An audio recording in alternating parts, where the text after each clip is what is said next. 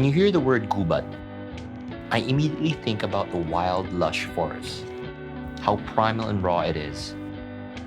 But at the same time, a wave of comfort and warmth washes over me, making me feel like I am home. I've only been in Gubat a few days, and it already feels like I've found another place to call my sanctuary. I usually try not to set any expectations when I'm visiting a new place, but Gubat had a very special way of pulling me in and making me realize that home isn't just a place. It's that feeling you get when you're around people, and an environment that just makes you feel like you can be yourself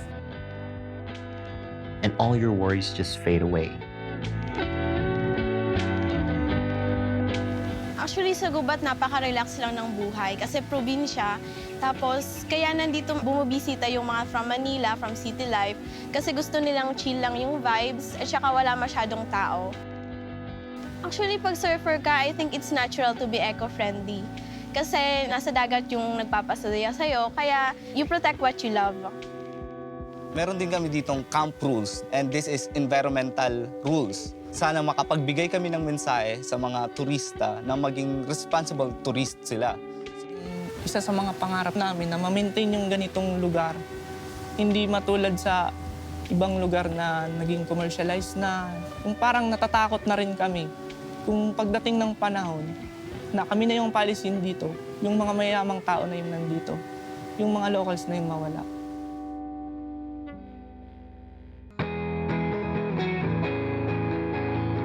When I met the men behind Lola Sayong's surf camp, there was just an instant connection with them. It felt almost tribal, like we were long-lost brothers reunited after a long time. And the fact that most of them were cooks just made our affinity even stronger. And of course, how can we forget the surf? They all had a deep love for surfing and the sea. The beach breaks stretch as far as your eyes could see. The Pacific Ocean greeted us with open arms.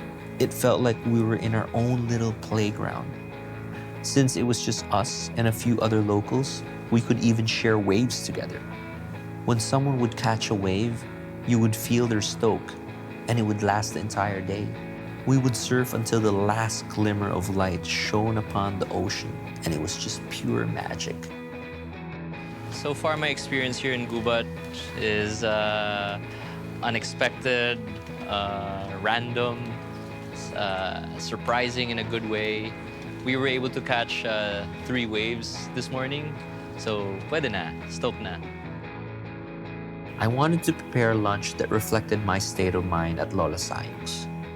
I was happy and at ease with good company. And it just so happened that everyone helping me in the kitchen were all great cooks.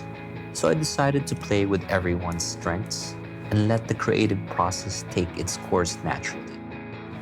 It was our first time to meet everyone, so when we got in, they had a full setup kitchen, and you can tell that it's a functional kitchen. They know what they're doing. Hello, this is my chef Rodel. He's been my chef for 15 years now. Hindi pa ako chef na siya. So he's the only one in the kitchen that can actually call me by my first name. He's the head of all the head chefs. He trains them. I would have a new procedure. It's his job to tell all 6 restaurants, this is how we're gonna do a certain thing. And we have here Ed. Ed is a chef from Manila, from an Italian restaurant. Gano'ng katagal dun? 1 year lang po. 1 year lang. Oh, we have here Emil as well. Emil is a waiter and a bartender from an Italian restaurant, also from Manila. It's just a hut, but it's properly laid out, it's properly planned. It's a good working kitchen. So today we're gonna do a few things. Bro, anong gagawin nyo? Magluto po tayo ng smoked fish out of hell, Okay. tuna sisig, and black meal. Ano yung black meal? Ginataang puset kasama yung squid po. Okay. Tapos yung pagluto ng isda, paano yun? Saute lang po siya sa garlic, onion. Manghang siya. Tutulong kami sa kanila. Gagawa kami ng coconut salted egg garlic rice with a little bit of salted fish para pang kontra sa tamis. Tapos gagawa kami ng salad, grilled eggplant, chilled cucumber with orange dressing salad. And then si Emil, gagawa niya ako ng parang his cucumber shake. All right, so let's get cracking. Everything just flowed when we were in the kitchen. It was like everyone knew their roles instinctively, and everything just moved like clockwork. The drink that Emil prepared for me is very refreshing, gives me a good mood. I don't know the outcome yet, to be quite honest, but I have a strong feeling that it'll be good. And it's something that we've never done before because it's heavy on gata, it's Bicolano cooking. I'm excited. I'm excited. Hello, good afternoon. Salamat sa pagpunta sa aming maliit na handa. Okay, so magsa-start tayo sa ating salad. Grilled eggplant, sliced apples, sliced cucumber, queso de bola.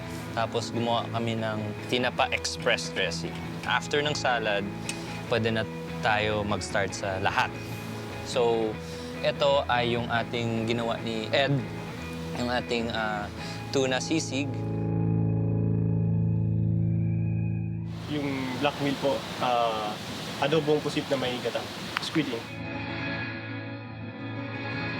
Tapos, Tapos smoked fish out of hell po. Tinapa na may gata din. tapos may kanin tayo na gawa sa salted egg, gata, rice. Fish sambal with kalabasa gata. Tapos, atak. And I was so happy that they really liked it. They kept saying, oh, masarap, masarap. My favorite dish was the tuna sisig. Simple lang, pero they follow the process. And then when they cook, you can tell na, sorry, this is a bit cheesy, but it's from the heart. It's sincere. These guys cooked for a living in Manila, and it was their job. Here, they cook because they love it. They're by the beach, so you feel it, even though it's a simple tuna sisig dish. So I think that was the highlight, the sincerity of the cooking.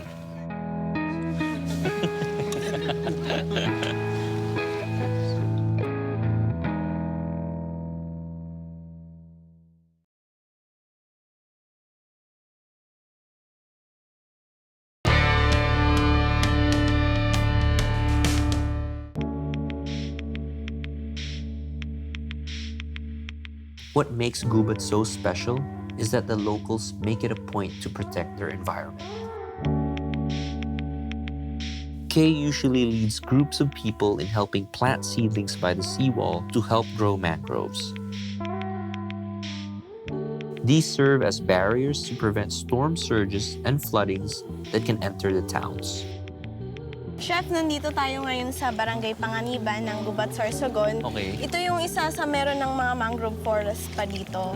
Tapos usually dito yung nagma-mangrove planting kasi may mga bahay dito. So pag may bagyo, talagang nakakasave talaga yung mga mangroves. So gaano kayo kadalas mag-plant ng mangrove?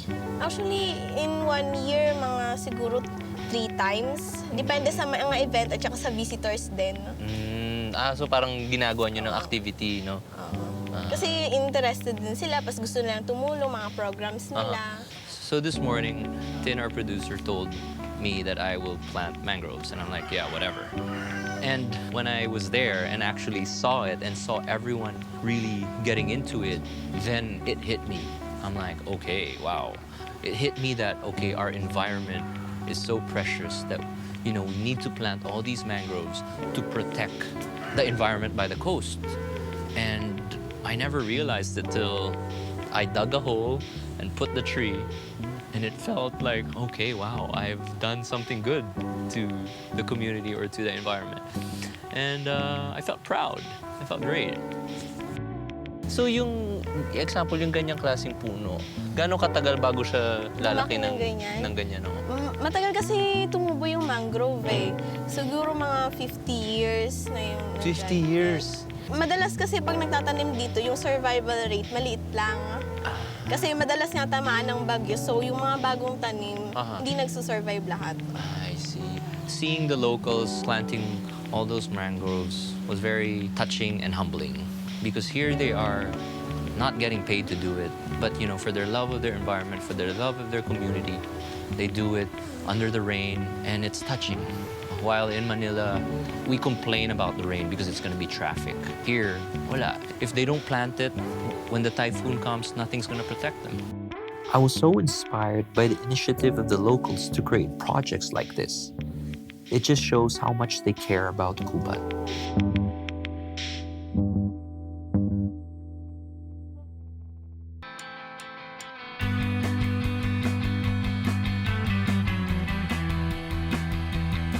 Earlier, we went to Ate Grace's place where she makes her famous timitim. Kakanin siya. It's their version of cassava cake.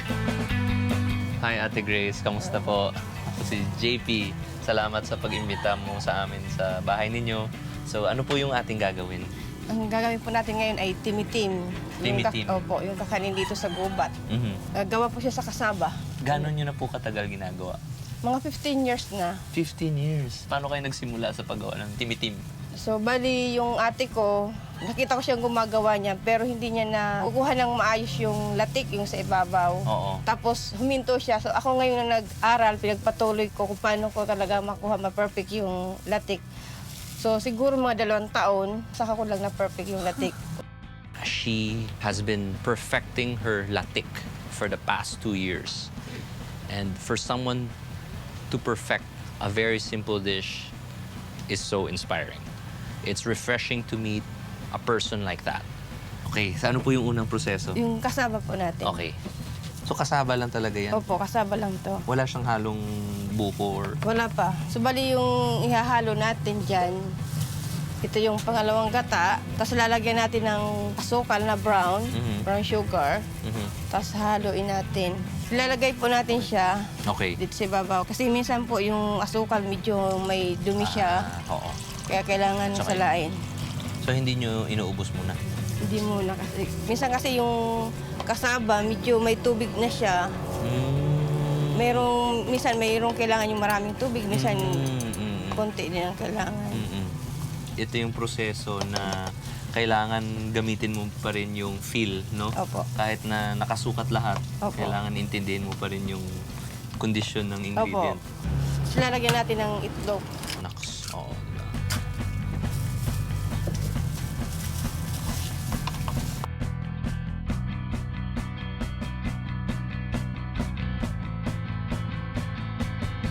Okay, so ngayon isi-steam natin. Oh, ito. steamin po natin. Ilang minutes po yung pag-steam? Bali, abot to ng mga 10 minutes. Ganon. 10 minutes lang? Opo. Maluluto na yan? What I've learned from her is yung pagtutok sa kanyang craft. She does it every single day for the past 15 years. She wakes up at 2 in the morning every day except Sunday to prepare all the processes. She uses a 4-burner wood-driven entrapment because she does not have enough money to buy a burner yet. Pero sabi niya, in 2 months' time daw, baka makaya niya na. Gawa po tayo ng latik, yung sa ibabaw ng timitim. So, Okay, ano po to? So, bali ito yung katas ng kasabad, itatapon po natin.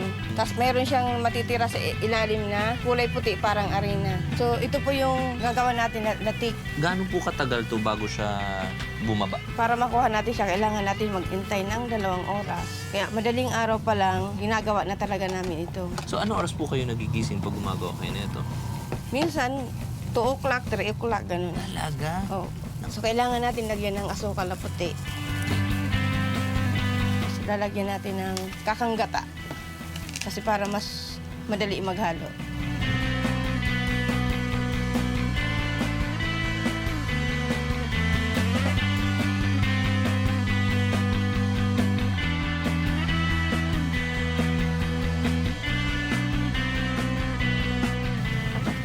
So after 10 minutes, ito na yun. Tapos lalagyan na natin ng Keso. keso. Kailangan natin gupitin. Kung kutsilyo, didikit. Didikit din. Tama. Kaya ginugupit namin. Dami ko na napupulot sa'yo, ate. Malagkit siya pag mainit pa, pero pagka kuha na siya, malamig na, hindi na siya ganong malagkit. Kaya nagiging sticky yan pagka mainit pa. Sobrang silky. Tapos, sabi ang linis ng lasa. Yung tama nga yung texture, maganda talaga. Yung dati gusto ko tikman. Sariwa, no?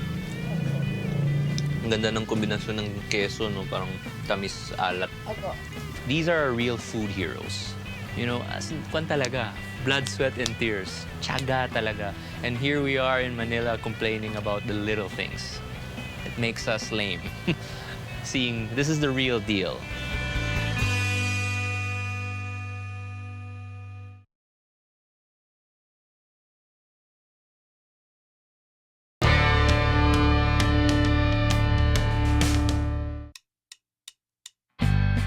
I've been trying to perfect making lechon throughout this series, and I have a good feeling this will be the time that I finally succeed.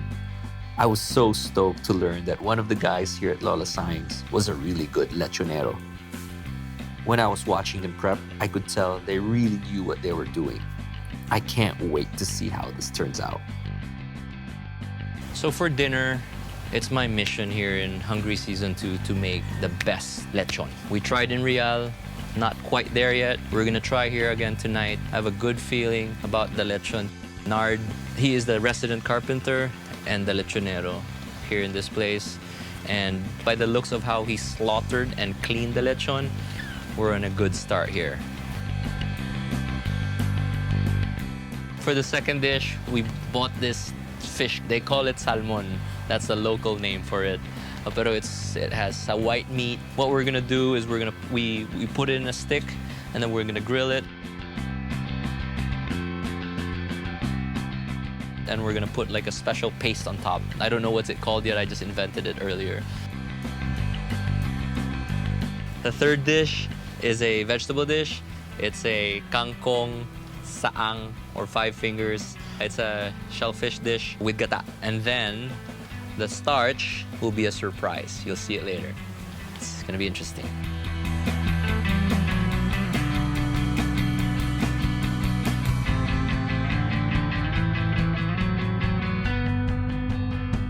Thank you very much for coming, for being here, for waiting, for staying under the rain.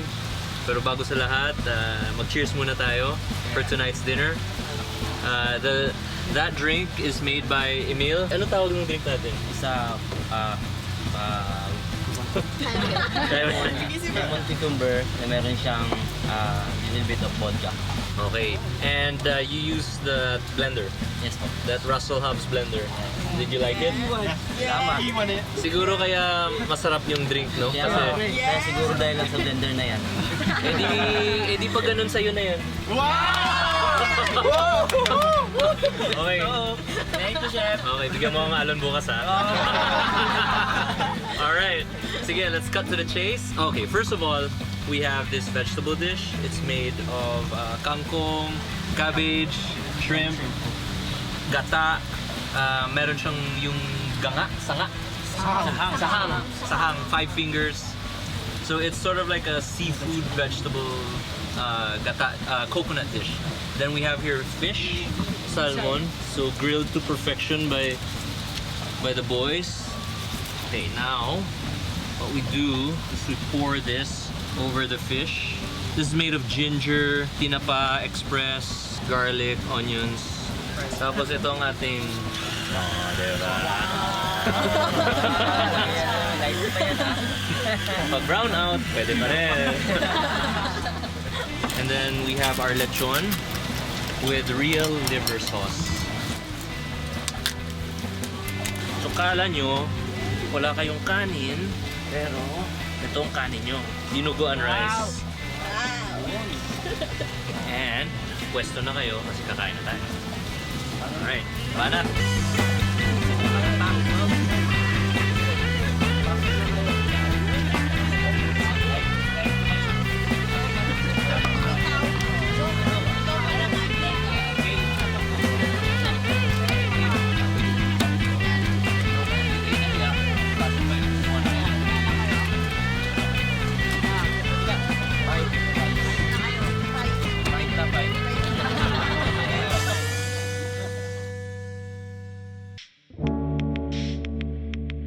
Why do we gather together when we eat?